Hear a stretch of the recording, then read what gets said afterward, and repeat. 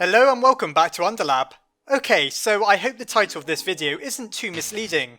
Unfortunately, I haven't found a mountain named Toby Backwards in real life, nor have I discovered bipedal goat creatures who want to be my friend.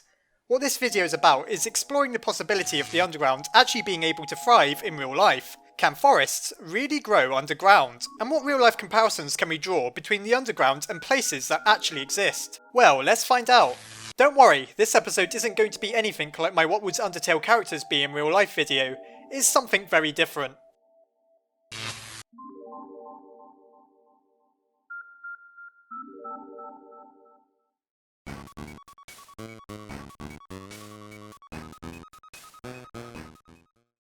Let's start our journey off with Mount Ebott. Naturally, there exist mountains in real life. That should come as a surprise to no one, at least I hope so. But did you know that there's a mountain that actually very closely resembles Mount Ebott? This is Mount Rainier in Washington. While Mount Ebott doesn't have snow-capped peaks, perhaps that's just due to the weather. As you can see, when the temperature is right, Mount Rainier really does look like Mount Ebott come to life. This comparison was first drawn by Softgoat from Reddit. Now, while I'm sure it's very tempting to climb up there and see if there's any convenient holes to fall down, I wouldn't recommend it. Mount Rainier is considered to be one of the most dangerous volcanoes in the world, which, when you think about it, makes it seem like Mount Ebott even more. Mount Ebott is surely a volcano when you consider that there's a huge cavern of magma beneath it called Hotland. This part of the mountain even resembles the path that you and the monsters walk upon when the barrier is shattered. How conspicuous. The ruins resemble Greek and Roman architecture. Like those ancient structures, the layout of the ruins favours archways and pillars. Such elegant handiwork indicated places of importance, such as temples, which makes sense when applied to the ruins, considering it's the former capital of the underground. From a purely practical perspective, an excess of pillars is logical. In mineshafts, similar foundations are used to prevent them from collapsing. Who knows how common caverns are within the underground? The stability of the monster's home is no doubt what was often thought of first. Moving on to Snowden, and surprisingly I discovered that some trees actually do grow underground. This occurs in savannas where species such as the Mimosa specio, this one, have evolved this way specifically to avoid fire. Unfortunately, it isn't quite what we see in Snowden.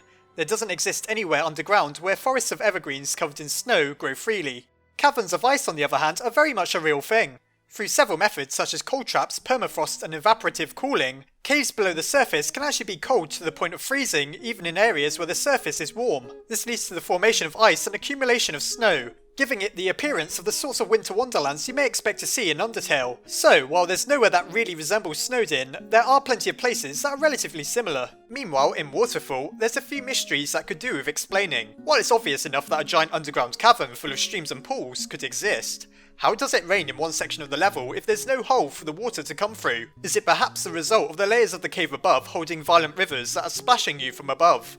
If so, the monsters must need to take special care in order to ensure that the entirety of Waterfall isn't flooded without warning. When traversing the cavern that's pitch black, we encounter a variety of glowing objects. The fungi we interact with to light our path could easily exist in real life through the emission of a form of illumination called bioluminescence. Bioluminescence is where a living organism, such as an insect or fungi, like those we see in Waterfall, produce a pigment called luciferin, which, simply put, causes it to glow. The crystals that illuminate our path, should we not interact with a mushroom in time, also exist in real life to some extent. When exposed to sunlight, quartz crystals glow. If there is some faint trickle of sunlight somewhere within the cavern, then the crystals could reflect the light and serve as the beacons they do in-game. This could also serve to explain how we're able to see Asgore's castle in a giant room that should be pitch black, as there appears to be a collection of crystals that resemble stars illuminating the ceiling. Of course, maybe it's just magic. Maybe many things in Undertale are simply magical. Finally, we reach Hotland. Being a cavern full of magma, as I mentioned before, I'm led to believe that Mount Ebott is likely some sort of volcano. It isn't too clear how Frisk is able to stand the extreme heat they must be experiencing down there, but I suppose that's determination for you.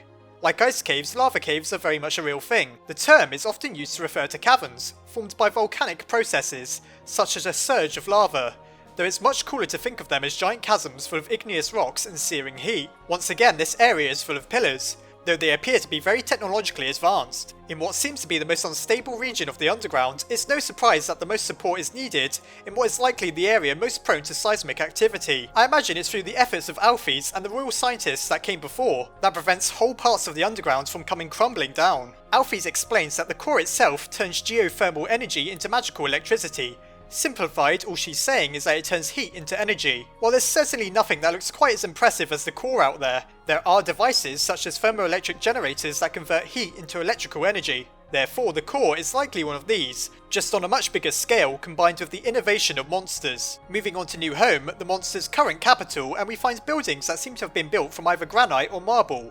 Granite is found within the Earth's crust, so it's not difficult to believe that the monsters have quarried stone to build their homes with. What's confusing about that, of course, is why could they not simply dig their way out of their prison? This leads me to believe that the barrier is more a sort of sphere that covers the entirety of the underground. That explains how some areas may be more like chasms than actual caves, and therefore sunlight can pour through. That would also explain how plants are growing underground and how it can rain in certain areas. Remember that the barrier only prevents certain things from passing through. Rain and sunlight may be two things it doesn't. As for the barrier itself, well, I've seen similar things with those particularly abstract music visualizers. Otherwise, no, generally there isn't any magical barriers in real life. That is, of course, if Mount Rainier isn't really Mount Ebert.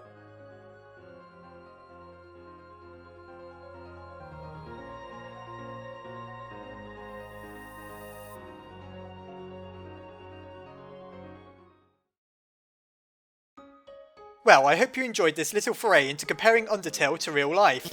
Surprisingly, a lot of it could really exist if we were willing to make some compromises. Now all we need is a few monsters to populate a real underground cavern, and we'll take it from there.